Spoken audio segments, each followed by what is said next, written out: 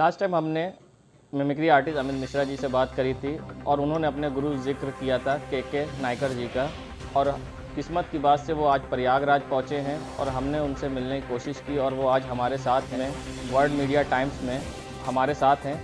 अब हम उनसे बात करेंगे। आपका बहुत बहुत स्वागत है। आप प्रयागराज आए हैं, जो कि अपने आप में तीर्थों का राजा प्रयागराज कहलाता है, और आपकी चर्चा है और आपके शिष्य भी प्रयागराज में हैं। तो किस तरह से इस चीज़ को आगे आप लोग ट्रेंड बढ़ाएंगे? और कॉमेडी एक अपने आप में हंसाने के लिए बहुत कम ही लोग होते हैं दूसरों को, और आप लोग किस तरह से लोगों को हंसाएंगे और इस प्रचलन को आगे तक ले जाने के लिए क्या कोशिशें होंगी और किस तरह से आप लोग हंसाने का काम करते हैं? देखिए, हमारा तो सिद्धांत ये रहा है कि जैसा कि मैं सोचता हूँ कि इतना भाषा से और विषय इतना टिपिकल ना हो जो आम इंसान को समझ में ना आए। जैसे मैं खुद कहता हूँ कि मैं जो हूँ वाल्मीकि रामायण नहीं तुलसी का छंद हूँ, जिसे आसानी से समझ ले और कोई जो समझ ले तो वो दूसरों को भी समझाए। तो विषय ऐसे हों कि एक आम इंसान की ज़िंदगी से जुड़े हों, और व्यंग ऐसा हो जो उस तरह काम कर जाए जैसे कि एक मछली एक पोखर को साफ करती है, तो हम उस मेंढक की मछली की तरह हम अपने आप को फील करते हैं कि हमारा सुनाना सार्थक हो, जिसमें कुछ समाज में ऐसा मैसेज जाए जिसमें कि हम अपने समाज को, अपने देश को, अपने भाषा को, संस्कृति को जो है हम उसका सर ऊंचा कर सकें। हम ऐसे कार्यक्रमों का मतलब खुद भी अंदर से सम्मान नहीं करते कि जिससे कि हमारे संस्कृति से देश को कोई ऐसी आपत्ति कोई पैदा करे या हम खुद ऐसे ना बने, कहाँ ठेस पहुँचे। तो केवल व्यवस्था पे व्यंग करिएगा, धर्म पे और इस पे मतलब भगवान के ऊपर हम इस चीज़ को हम कभी वो नहीं करते, मगर व्यवस्था पे ज़रूर करिएगा ताकि वो चीज़ अच्छे व्यवस्थित ढंग से सामने आए। आलोचना भी करें तो इस तरह से करें कि किसी को तकलीफ़ ना हो। और दूसरा चीज़ यह है कि उससे अगर कोई लेसन किसी को मिले तो अच्छा पाठ मिले, और समाज में कहीं बैठे उठें तो आपको लोग याद करें कि अरे उसको बुलाओ, है ना। कभी कभी गलती से हम लोग जो पर्दे के पीछे छुपा के हमें करना है वो हम उजागर कर देते हैं, तब वो बात ख़राब हो जाती है। आप इस बात मुझे एक शेर याद आ रहा है अकबर इलाहाबादी का, कि वो जुल्म भी करते हैं तो चर्चा नहीं होती, हम आह भी करते हैं तो हो जाते हैं बदनाम।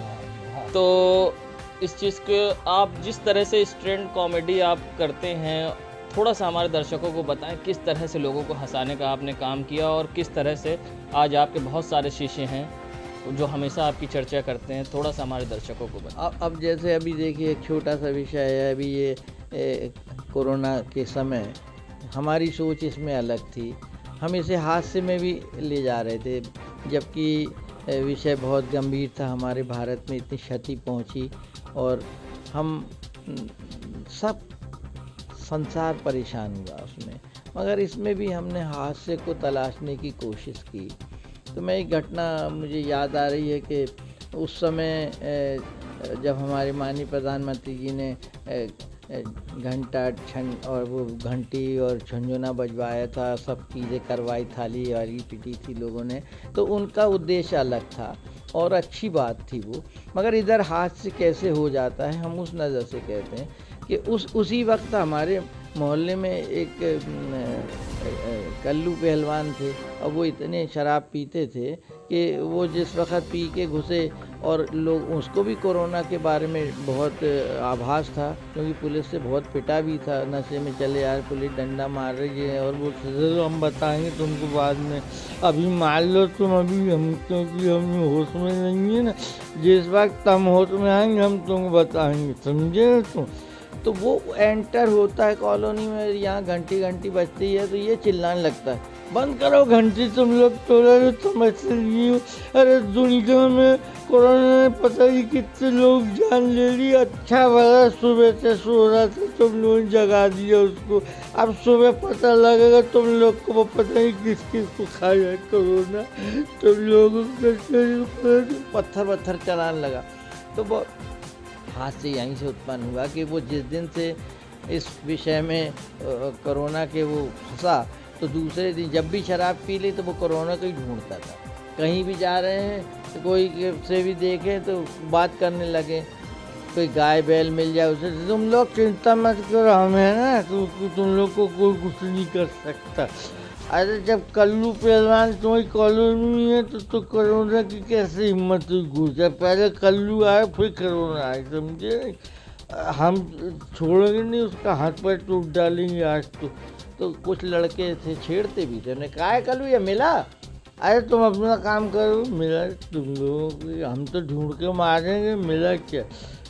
तो जहाँ गए खड़े देखा थे कचरे के पास खड़े, कोई डस्टबिन पड़ी थी वो नगर निगम की वहाँ पे, तो उनको कोई बरसाती कीड़ा बीड़ा दिख गया तो उसी को देख के वो बात कर ले, क्या करो ना, तुम समझ में आ रहा है, तुम्हारे पीछे है हमारा मौसी लड़का भी पिटा, और हमारे पीठ में देखा वो जगन्नाथ ने ऐसा डंडा मारा कि अभी तक मतलब हमारे पीठ लाले तो वो ओरिजिनल कलर में नहीं आई, साले तुम्हारे पीछे पिटे हम। मिस्टर कोरोना, मोदी जी ने गाड़ी चला दी भाई, अब तुम निकल जाओ, समझे, और हम तुमको स्टेशन छोड़ दे अपने स्कूटर से।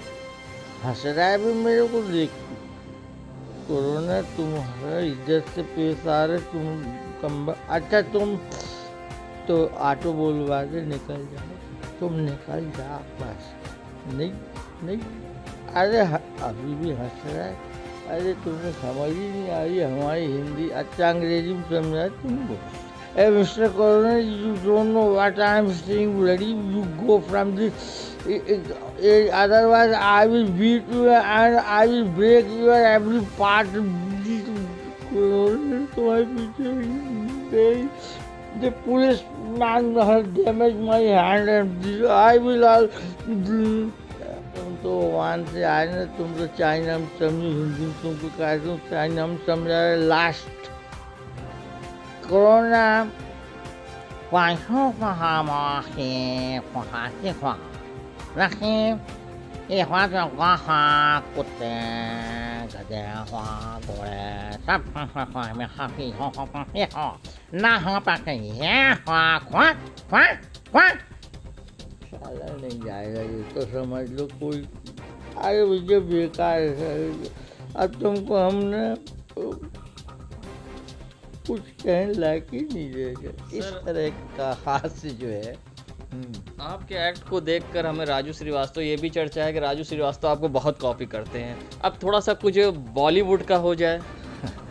बॉलीवुड का तो ऐसा था कि मैं तो चंद फिल्मी कलाकारों की नकल करता था उस ज़माने में, और अब वो कार्यक्रम लगभग मैंने छोड़ ही दिया है करना, क्योंकि उस कार्यक्रम में पेशेंस नहीं रहा, तब मैं 50 आर्टिस्टों की मिमिक्री करता था, तो अब वो बात रही नहीं है। जस्ट मैं तभी एक घटना सुनाई थी मैंने हमारे दोस्तों को, कल बता रहा था कि मैंने क्या, जब से ये कोरोना और ये समस्याएं आई हैं, एक तो हेलमेट की समस्या बहुत ज़बरदस्त आ गई थी कुछ दिनों पहले, तो लोग जितना कोरोना से डर रहे थे उतना ही पुलिस से डर रहे थे हेलमेट की वजह से। तो जैसा पुलिस डरा रही थी हेलमेट ना लगने पर जो सज़ा मिल रही थी, तो कोरोना से भी उतना ही भय लोगों को हो रहा था कि भैया ये ना आ जाए और वो ना आ जाए, यानी पुलिस ना आ जाए और कोरोना तो एक ही बात हुआ कि लोगों ने अपने में संयम रखा, उस वक़्त भी लोग हेलमेट लगाने फिर मास्क लगाने लगे। तो एक दफ़ा मैं देखा कि एक साहब जो थे वो चौगड्डे पे नज़र पड़ी उनकी वहाँ पे, तो पुलिस के बहुत से जवान और ये डंडा लेके पटक रहे थे, तो उन्होंने कहा बाप रे हेलमेट चेकिंग हो रही है, तो वो एकदम गली दिखी, वहीं से वो घुस गया गली में। बाद में थोड़ी देर बाद उसको याद आया कि अरे हम तो पैदल हैं, हेलमेट की क्या ज़रूरत है। यानी इतना डर समाया हुआ था। तो एक साहब को तो एक पुलिस वाला पीट रहा था रास्ते में, और बोले हमने किया क्या भैया, कहाँ मारा, डर तुम्हारे बाप के नौकर हैं, सुबह से खड़े हम लोग यहाँ पे हैं, नौकर हैं। अरे हमने किया क्या भैया, बता दो कुछ हमको। अरे किया क्या, चल यार किनारे। अरे भाई साहब हमारी कोई गलती बताइए, तो हम तो चले आ रहे पैदल। तो स्कूटर से क्यों नहीं आया साले, बता तू। मतलब ये है कि इतने है मैंने लोग डिसिप्लिन में आ गए, हेलमेट लगाने लगे, उनको कोई केस नहीं मिल रहा, तो वो बेचारा बिना हेलमेट का आदमी वो पिट रहा था। उस दिन मेरी कल्पना हुई कि इत्तेफाक से मुकेश जी की आत्मा और सहगल जी की आत्मा धरती पे पधारी। तो सहगल जी ने देखा कि यहाँ हेलमेट का बड़ा जोर है, तो मुकेश जी से कहा कि भाई जाओ मुकेश हेलमेट ले लो। तो मुकेश जी ने एक दुकान देखी, सड़कों पे लगी रहती थी, तो वहाँ उनसे बोला कि हेलमेट दिखाइए। तो उस दुकानदार ने ऐसे हेलमेट लिया और मुकेश जी के सर पे देखिए कैसा है, गड़ता है। अच्छा दूसरा देखिए, ये गड़ता है। अच्छा ये वाला गड़ता है। तो वहीं सहगल साहब कहने लगे गड़ता है तो गड़ना दे, आंसू न बहा फरियाद न कर, गड़ता है तो गड़ना दे। तो उन्होंने कहा चलो ठीक है। अब सहगल जी बोल रहे हैं, लगा कि जैसे ही निकले चौगड्डे पुलिस ने पकड़ लिया।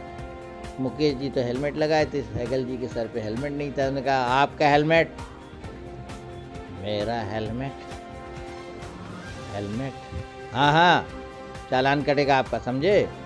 हेलमेट छूट गया, अब जी का क्या करेंगे, हेलमेट तो सर दर्द भया और पुलिस भई हाथे, डीएसपी छोड़ दिया, मेरी सखी गई परदेस। तो डीएसपी चला, याहू चाहे कोई मुझे जंगली कहे, कहने दो जी कहता रहे, चौराहे पे आके कब से खड़े हैं हम, क्या करें, निकाल चालान।